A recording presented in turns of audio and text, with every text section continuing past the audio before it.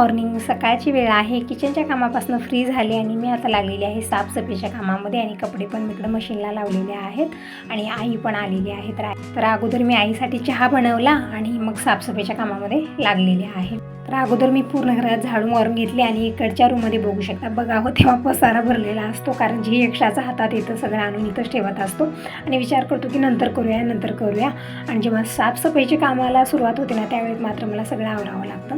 तर इकडं मॉप आणलेला आहे आणि या मॉपची अवस्था खूपच बिघडलेली आहे. जसं माझी तब्येत बिघडलेली होती ना, तसे मॉप बिघडलेला आहे. या मॉपला जे धरण्याचे हँगर आहे ते पण तुटलेलं आहे. ज्या दिवशी वॉशिंग मशीन आणलेली होती त्यावरती भरपूर सारं ओझं टाकलेलं असावं, मग ते तुटलेलं आहे. मी पण लक्ष दिलेलं नाही, आजच बघितलेलं आहे. तर ते पण तुटलेलं आहे. याचं जे दांडा आहे ना पुसण्याचा, त्याचं पण बटन तुटलेलं आहे. जसं आपण पाण्यात बुडवतो आणि प्रेस करतो ना, त्यावेळेस जे बटन असतं दांड्याला ते आपण ओपन करतो, परत मग बंद करतो, तेच तुटलेलं आहे. तर आता या मॉपची पण अवस्था बिघडलेली आहे. अगोदर जेव्हा नवीन आणलेलं होतं त्यावेळेस मी यूज केलेलं नव्हतं, कारण मला त्यावेळेस हातानंच पुसणं योग्य वाटत होतं. पण नंतर जसं यूज करायला गेले तसे मलाही एक सवय झालेली आहे आणि आता बघू शकता याचीच अवस्था बिघडली. तर आता मला नवीन मॉप घ्यावाच लागेल. म्हणजे एक वस्तू आणतो तर दुसरी बिघडते, दुसरी आणतो तिसरी बिघडते, हे तर घरामध्ये चालतच राहतं.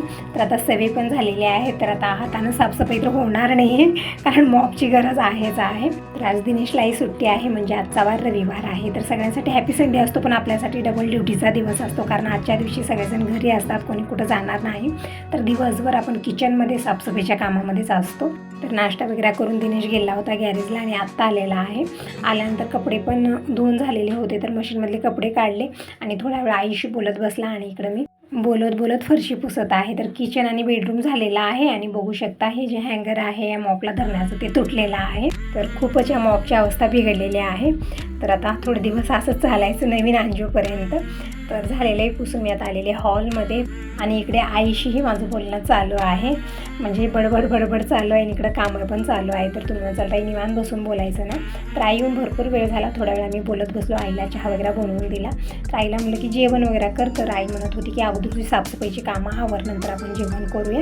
तोपर्यंत मी सगळं आवरलेलं आहे. आणि तसं तर उद्या सोमवार आहे, तर उद्या महादेवाचा अभिषेक आहे, मला गावाकडे वगैरे जायचं आहे. तर जे हे आवरायचं आहे आधीच मला आवरून घ्यायचं आहे. पूजेची सामग्री वगैरे सगळं मला आजच ठेवून घ्यायचं आहे. आता महादेवाचा अभिषेक म्हणल्यानं भरपूर सारं येते त्यामध्ये. आणि काशीला गेले होते तर तिकडचा प्रसाद आम्ही आणखीन सोडलेला नाही, ते पण प्रसाद सगळं मला घ्यायचं आहे. तर बघूया आज दिवसभरात मी काय आवडते. मग सकाळी तर काहीच होणार नाही, म्हणत होते सकाळी 6:30 वाजेपर्यंत आपल्याला घरातनं निघायचं आहे, म्हणजे 7 सव्वा 7पर्यंत आपल्याला मंदिरात राहायचं आहे, कारण तिथं जी पुजारी आहेत ते म्हणत होते की थोडंसं लवकर या, कारण त्यांना आणखीन कुठेतरी पूजेला जायचं आहे. तर जी ही आवरावर करायची आहे दिवसभरात मला करायची आहे. तर दिनेशनं मशीनमधून कपडे काढून ठेवले, तर ते मला हाडकोई घालायचे आहेत आणि आई पण आता जायला निघालेली आहे. म्हणजे आईचं इथं काहीतरी काम होतं म्हणून आलेली होती. थोडा वेळ बसली, तासभर जेवण वगैरे केलं आणि आता आई जात आहे. तर दिनेश बाई घेऊन आलेला आहे, तर आईला बस स्टॉपपर्यंत सोडून येईल आणि आता एसटीची टायमिंग झालेली आहे. तर तोपर्यंत दिनेश पटकन बाईकवर सोडून येईल. आणि इकडं आतमधली पूर्ण फरशी पुसून झालेली आहे आणि नंतर आम्ही जेवण खाणं केलं. कपडे असेच बकेटात ठेवलेले आहेत आणि बाहेरचं पोर्स वगैरे मला पुसायचं आहे. तर मला अगोदर कपडे हाडकू घालूया, नंतर मग पोर्स पुसून घेते आणि मॉपही धुवून ठेवायचं आहे. तसं तर त्याची वाट लागलेलीच आहे, तरी पण स्वच्छ धुवून ठेवूया. तर अगोदर मी कपडे हडकत घालते आणि चिमटे जे असतात ते पण खराब झाले जे अगोदरचे होते. तर नवीन बॉक्स मी मागवलेला आहे, कारण हवा बघू शकता तुम्ही किती भयानक आहे, अंदाज लावू शकता बघून. खूप भयानक हवा असते, तर कारण एकदम समोरून हवा येते आणि एकही कपडा असाच राहणार नाही. एका कपड्याला 2-2 चिमटे लावून ठेवावं लागतात मला, म्हणून मी चिमटे मागवलेले आहेत. तर मशीनमधले कपडे हाडकूनच येतात, जास्त वेळ लागत नाही, पूर्ण ड्राय होऊन येतात. तरी पण थोडा वेळ हवेमध्ये मी टाकत आहे. तुम्ही विचारत होता की ताई कपडे व्यवस्थित निघतात का मशीनमध्ये? तर हो, कपडे व्यवस्थित निघतात. कॉलर वगैरे थोडंसं घासून टाकलं तरी पण चालतं, तसंच टाकलं तरी पण चालतं, कारण रिन वगैरे जे लिक्विड असतं ना ते छान आहे, स्ट्रॉंग आहे. त्यानं कपडे व्हाईट कपडे असो किंवा कसे कपडे असो व्यवस्थित निघत आहेत. आणि इकडे सगळेच कपडे मी हडकत टाकत आहे. दिनेश आलेला आहे तोपर्यंत. आणि जी ही आता कामं माझी आवरायची आहेत त्यामध्ये दिनेश मदत करेल, कारण मलाही एकटीला खूप धावपळ होते. आणि अगोदरच्या व्हिडिओमध्ये तुमचे खूप सारे असे कमेंट आले की ताई तू तब्येतीची काळजी घे, खूपच तुझी तब्येत बिघडलेली आहे. तर होत आहे नो, म्हणूनच मी जास्त लोड घेत नाही, निवांत कामं आवरत आहे. दिवसभर आपल्याला हीच कामं करायची आहेत. जर तब्येत बिघडली तर एकही होईना आणि त्या घरची अवस्था बिघडत आहे, त्यामुळे स्वतःची काळजी घेणं हे गरजेचं वाटत आहे अगोदर मला. तर इकडं व्हाईट कपडे मला नीळमध्ये घालायचे होते, पण आता असू दे म्हणलं, कारण लेट झालेला आहे आणि मला पूजेची सगळी सामग्री आवरायची आहे. उद्या काय बनणार काय नाही ते विचार आताच करत आहे, कारण मॉर्निंगला लवकर सगळं आवरायचं असतं. तर विचार केला की सकाळी 6:30पर्यंत सगळं आवरायचं. तर देवपूजा आणि फक्त मी प्रसाद बनवून घेते आणि जी ही पूजेची सामग्री आहे ती आजच आवरून ठेवते. म्हणजे आजच मी विचार करून नियोजन करून जर आपण ठेवलं तर सकाळी लवकर आवरणार आहे. कारण सकाळी लवकर उठणं आणि मॉर्निंगची कामं, साफसफाईची कामं, रांगोळी काढणं, देवपूजा हे सगळं आवरण्यामध्येच मला लेट होणार आहे. नंतर मग मला प्रसाद पण बनवून घ्यायचा आहे. तर प्रसादामध्ये मी शिरा बनवणार आहे. मग जी स्वयंपाक आहे ते आल्यानंतर करणार आहे. तर रोजची कामं माझी आवरलेली, साफसफाई झालेली आहे. आता उद्याची तयारी मी करत आहे. तर इकडं पिशवीमध्ये प्रसाद ठेवलेला आहे. परत मी साडी वगैरे आणलेली ते दाखवलेली आहे मला अगोदरच्या व्हिडिओमध्ये. परत पर्स पण घेऊन आलेली 2-3, ते पण मी सगळं काढून ठेवलं. आता या पिशवीमध्ये फक्त प्रसाद आहे आणि शाईवांसाठी ड्रेस घेऊन आहेत, म्हणजे शाईवांचे पोशाख आहेत ते पण मी काढून ठेवलेलं आहे. आणि प्रसादाचे जे हे डबे दिसत आहेत ना, पॅक पण छान आहेत. म्हणजे या डब्यामध्ये सगळाच प्रसाद आहे. शिर्डीचा प्रसाद आहे, काशी, मथुरा, अयोध्या. तर मी कुठलाच प्रसाद काढलेला नाही आहे. फक्त पेढे जे आहेत ना ते फ्रीजमध्ये ठेवलेले होते आणि थोडेफार पेढे खराबही झालेले आहेत. कारण ते पेढे फक्त 24 तास राहायचे पेढे होते आणि पेढा असा असतो ना की जास्त दिवस ते राहणार नाही आहे. 1 ते 2 दिवसच ते ताजं बनवून राहतं, त्यानंतर खराब व्हायला लागतं. तर दिनेशही लक्ष दिला नाही आणि मी तब्येतीमुळे काही पेढे प्रसादच काढलेला नव्हता आणि त्यामध्ये पेढे खराब झालेले आहेत. आणि थोडेफार जे होते ना ते व्यवस्थित होते, ते फ्रीजमध्ये ठेवलेलं आहे. नंतर बघू मी ते पण घेते. आणि प्रसाद मी विचार केला की असंच घेऊन जाऊया पिशवी. मग नंतर विचार आला की तिथं गेल्यानंतर आणखीन परत मला ते मिक्स करावं लागतं. तर विचार केला की इथंच घरीच मिक्स करून एक कवरमध्ये पॅक करून घेऊन जाते. म्हणजे मंदिरात गेल्यानंतर खूप धावपळ होणार आहे आणि जास्त आपल्याजवळ काही वस्तूही राहणार नाही जी मिक्स वगैरे करता येईल. त्यामुळे म्हणलं की इथंच सगळी तयारी करून घेऊन जावे, म्हणजे पटकन आपल्याला तिथं देता येईल. इकडं आरतीची ताट मी तयार करून घेतलेले आहे, तूप आहे, तेल आहे आणि दूरवाती घेतलेल्या आहे तुपाचा निरांजन लावण्यासाठी. आणि दूध, दही, म्हणजे आपल्या घरी म्हशीचं येतं, गाईचा अभिषेकसाठी लागणार आहे. तर पुजारीनाच फोन करून विचारायला लावलेलं आहे की गाईचं दूध घेऊन या, म्हणजे तीर्थासाठी दूध, दही, तूप हे सगळं लागणार आहे. तूप मी गाईचं मागवलेलं आहे, म्हणजे घरचं जे आहे ते म्हशीचं असतं आपल्या आणि त्या अभिषेकासाठी चालणार नाही म्हणून मागवलं. आणि मध पण नाही आहे, ते पण मी तिथं सांगितलेलं आहे त्यांना, म्हणजे पूजाला पण विचारलं आहे. तर पूजाकडेही मध आहे तर ती घेऊन येईल सकाळी. तर थोडीफार तयारी म्हणजे मी केलेली आहे आणि थोडंफार मी तिथं सांगितलेलं आहे गावाकडनं. म्हणजे गावाकडे दूध, दही सगळं गाईचं भेटतं, इथं भेटणं थोडंसं कठीण आहे. जसं आपण दूध डेअरीमधून आणतो तर ते कशाचं असतं काही माहिती नाही. वरती गाईचं चित्र तर असतं पण दूध कसलं असतं तितकं हे वाटत नाही आहे, म्हणून म्हटलं तिकडून गावाकडनंच घेऊन या दूध. तर इकडं मी सगळी पूजेची सामग्री घेतलेली आहे. एक पिशवी बनवलेली आहे आणि इकडं प्रसादाची एक पिशवी मी केलेली आहे. म्हणजे सकाळी जातेच फक्त पिशव्या उचलायच्या आणि जायच्या.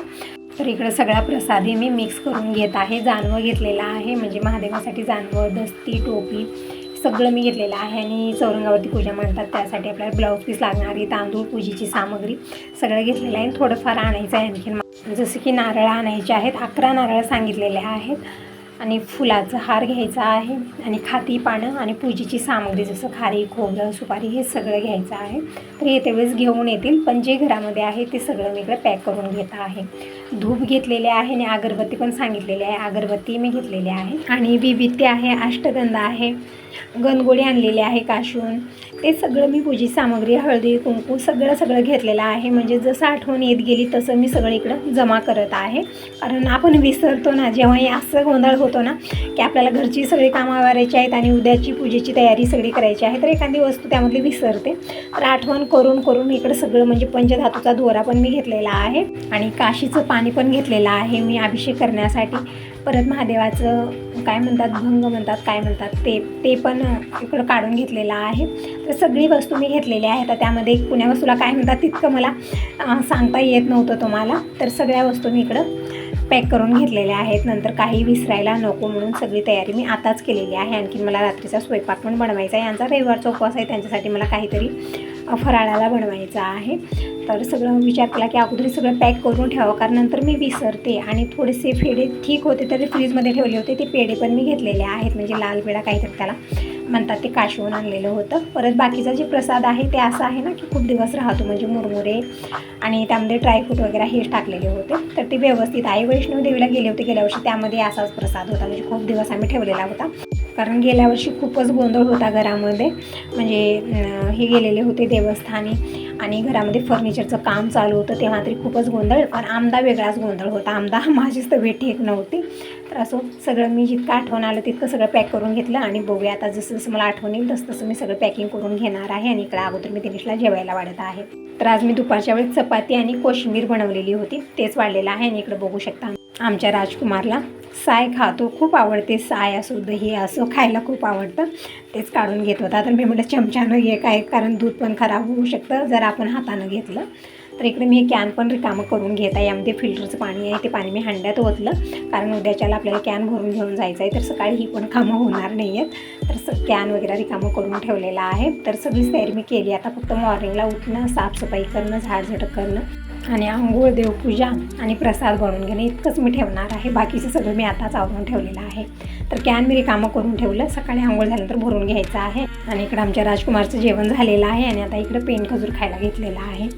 तर काही ड्रायफ्रूट मी मागवली कारण आता सकाळी शिरा बनणार आहे, त्यामध्ये टाकण्यासाठी ड्रायफ्रूट मागवलेले आहेत. बघू शकता सगळे डबे रिकामे झालेले आहेत. तर मी काजू, बदाम, मनुके हे सगळं मागवलेलं आहे. तर डब्यामध्ये भरून ठेवत आहे. परत पेंड खजूर पण आणायला लावलेला आहे. तर दिनेशला म्हणलं की सगळे ड्रायफ्रूट डब्यामध्ये भरून ठेव, तोपर्यंत मी दूध वगैरे काढते. किचनमध्ये थोडासा पसारा झालेला आहे, ते पण मला आवरायचं आहे. तर असं ताईंनो हाच होता आजचा छोटासा व्हिडिओ कसा वाटला नक्की सांगा. पहिल्यांदा बघत असाल तर चॅनलला सबस्क्राईब करा. कमेंट करून नक्की सांगा की तुम्हाला माझे व्हिडिओ कसे वाटतात, आणखीन कशी व्हिडिओ बघायला आवडतील.